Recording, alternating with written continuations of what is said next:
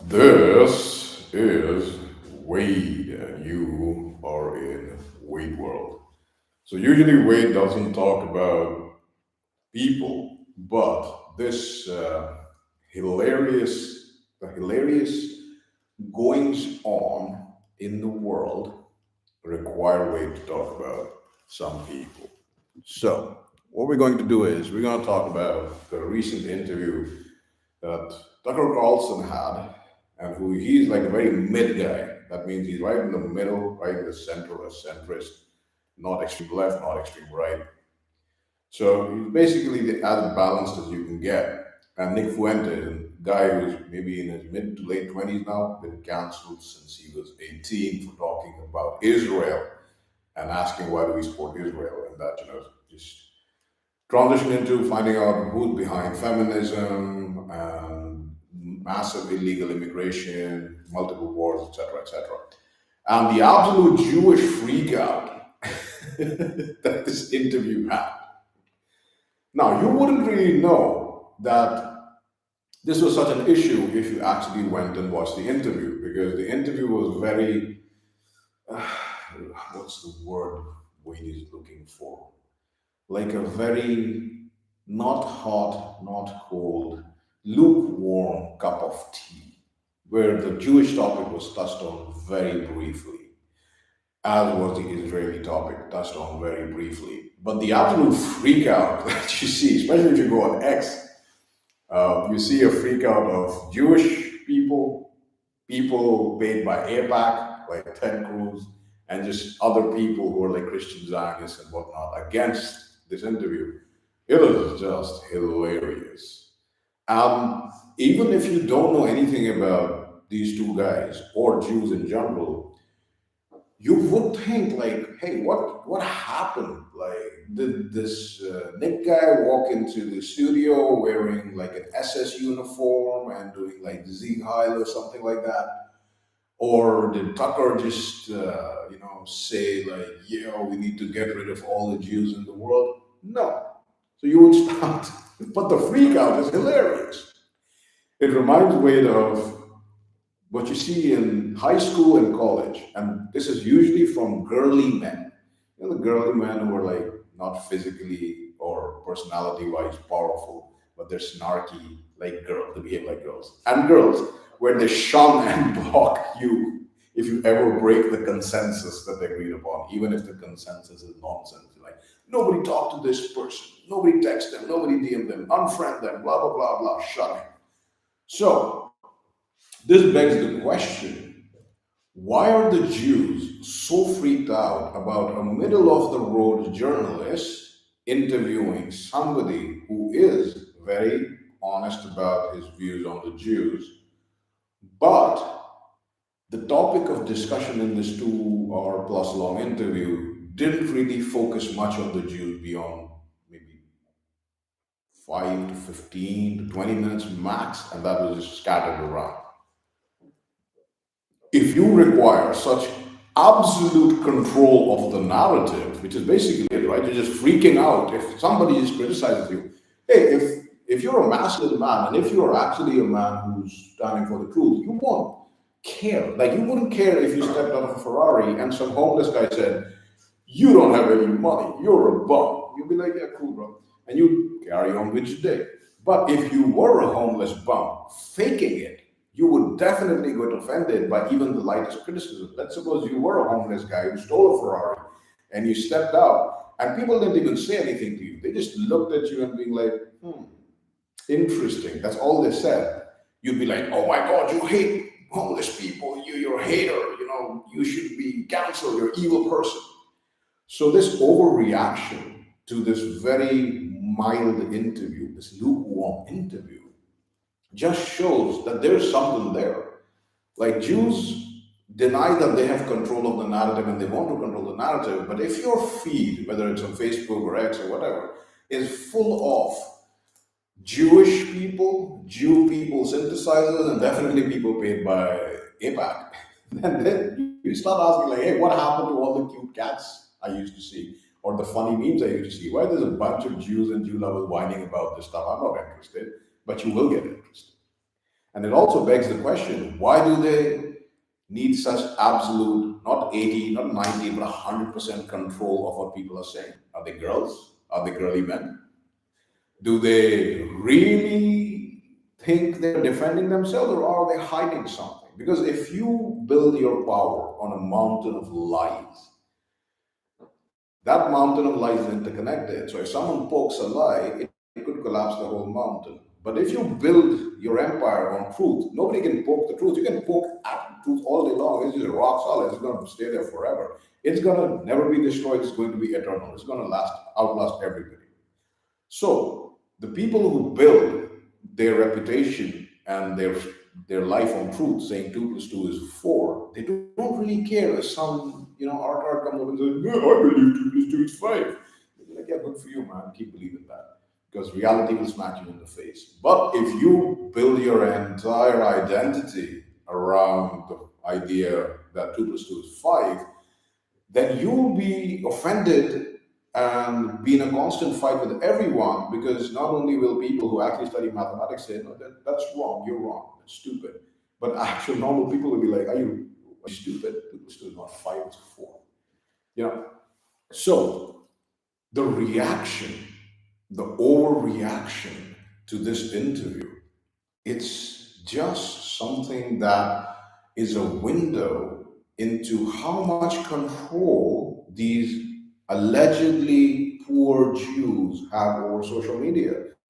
And this is just Wade's conclusion.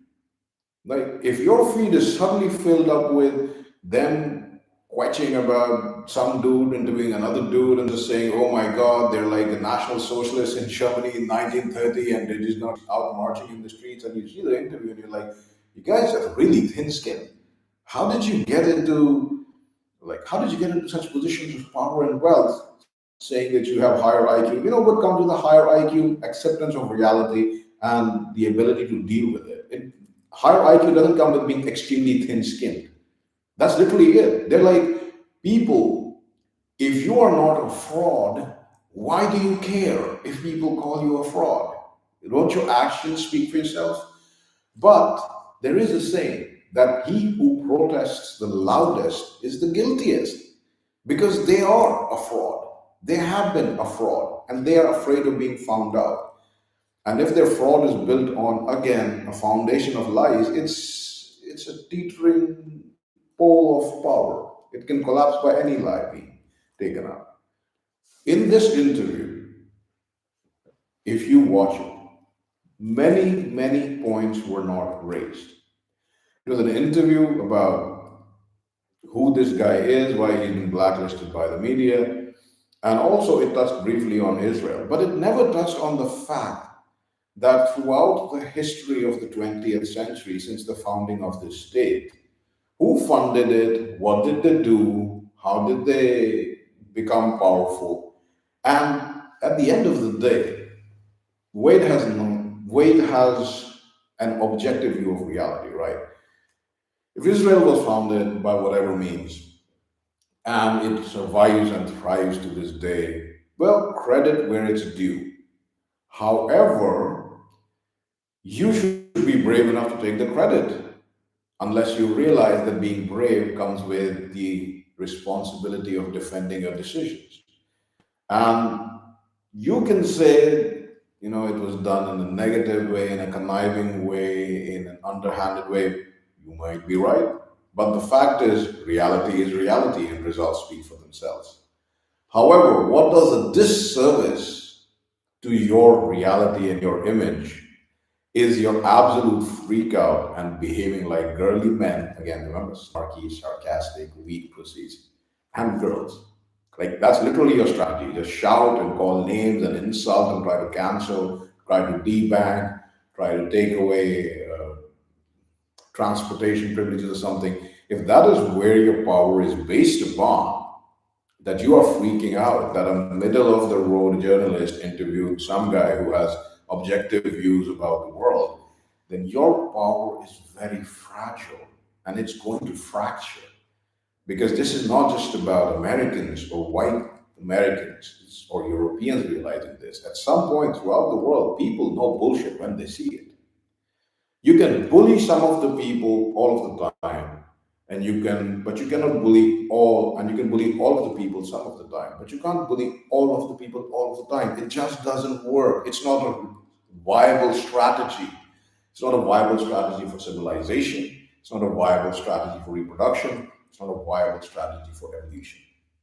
So, the Jewish freak out on social media over an interview by a very middling guy interviewing another man who's very honest about the reality of the world, to a point.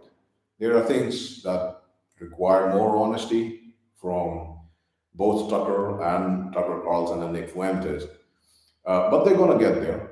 Tucker Carlson's really slow. He's going to get there really slowly. Nick probably is going to get there much faster. But the absolute freak out online about this interview by the Jewish people should tell everybody that there is something there. Just like the attacks on Donald Trump in 2015 made many people actually start paying attention. For example, Wade was highly disinterested in the US election. Wade realized it's all a sham, it's just one puppet, another puppet, just fighting it out to get your votes. But no, the people with real power, they're not really standing for election. They're in the background. But they attacked Donald Trump so viciously and so relentlessly. Yeah, like you couldn't really open any paper or go through some news without them just hating on Donald Trump. And it makes people start wondering, like, why did they hate him so much, man? Like, who is this dude? Where did he come from? Why the sudden hate against him? Like, if they hated him so much, what have they been doing with the last 70 years of his life? You start asking questions. So, Jewish people, keep doing what you're doing. And other people, keep doing what you're doing. Let the truth prevail, and we will see who wins. But it's been fascinating. Pay attention. And if you want entertainment, go on X and check out your feed. Remember that Jew Elon Musk, that's not really going to apologize for calling you that, Jew Elon. You have 4 Jewish baby mamas and multiple Jewish children. You liked and commented on one tweet, which was accurate. The Jews push the same kind of anti-white hate that whites are pushing against them, and which whites do not. And they made you do it wrong. Go to Israel, kiss the wall. They made you put a Mossad guy in charge of ID verification.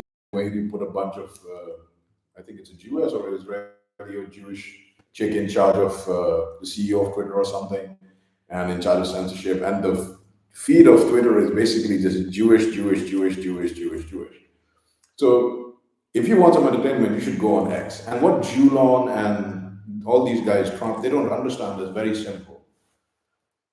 The strategy of the people who hate your nations is on the left and the right. The left strategy is to have massive illegal immigration, unlimited immigration into your nation, tell your women not to have children or to kill their children, turn your men queer, and destroy you from within. The rights, the same wing of the people who want to destroy racial, their right-wing strategy is to bankrupt you through fighting their wars, send your kids and your sons and your best men to die for their wars.